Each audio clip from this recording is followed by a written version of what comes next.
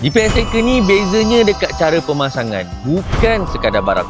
Ramai ingat GPS tracker tu semua sama je, asalkan boleh track dah cukup. Tapi realitinya, barang mungkin sama. Cara pemasangan yang membezakan.